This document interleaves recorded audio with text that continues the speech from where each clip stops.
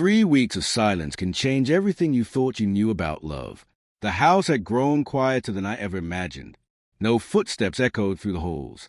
No laughter floated from the kitchen. No trace of her perfume lingered in the air. Only emptiness remained. 21 days had passed since my wife, Jenna, packed her belongings and said she needed space. I didn't plead. I didn't follow her. I just nodded, helped her close the suitcase, and told her to take all the time she needed. Deep down, though, I already understood what space truly meant. It wasn't about healing. It was about hiding. Hiding from guilt, from the truth, from me. The first days were brutal. I'd wake up expecting her beside me, reach out instinctively, and find only cold sheets. I cooked meals for 2 out of habit, then pushed one plate away. Every phone buzz sparked a flicker of hope. Maybe it was her, realizing what she'd thrown away. But the messages never came. Instead, came whispers. Colleagues who saw her out late. Friends avoiding eye contact, hesitant to speak. At first, the pieces didn't fit. But eventually, they did, and the picture was ugly. Jenna hadn't left to find herself. She had left for someone else, a man she had once called just a friend. When the truth landed, it didn't come with anger, only a deep, hollow silence. I didn't block her. I didn't confront her. I stopped trying. I went to work, hit the gym, came home, and rebuilt my life without her. Her toothbrush remained in the bathroom. I didn't throw it away. It stayed as a reminder. Someone can leave your life and still leave traces behind. Friends urged me to fight for her. But why fight for someone who had already chosen to walk away? On the 21st day, it finally happened. My phone buzzed at 9:14 p.m. A message from Jenna, 3 simple words. Can we talk? My thumb hovered over the screen. I could almost hear her voice, soft and coaxing, the voice she used to smooth over any storm. But something had changed in me over those 3 weeks. Love can survive distance, arguments, even betrayal, but not willful silence. I waited a full minute before replying. Sure, bring a lawyer and a pen. Then I set the phone face down. For the first time since she left, I smiled. Minutes later, the calls began. I didn't answer.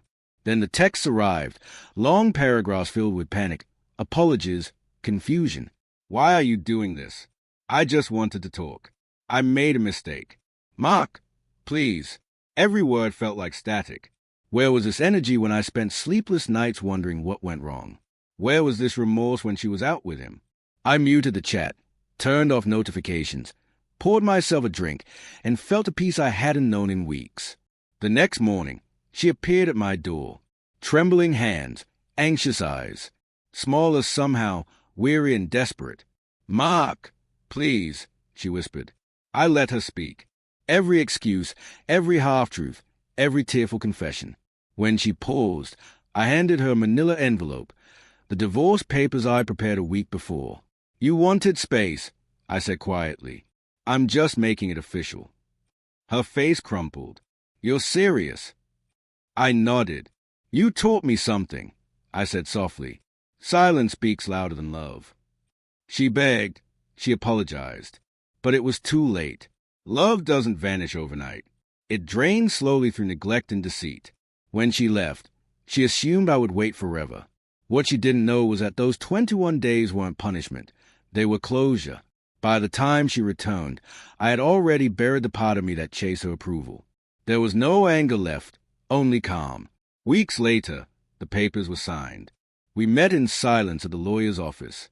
No shouting, no tears, no accusations, just signatures and a faint trace of her old perfume. As she walked away for the final time, she turned.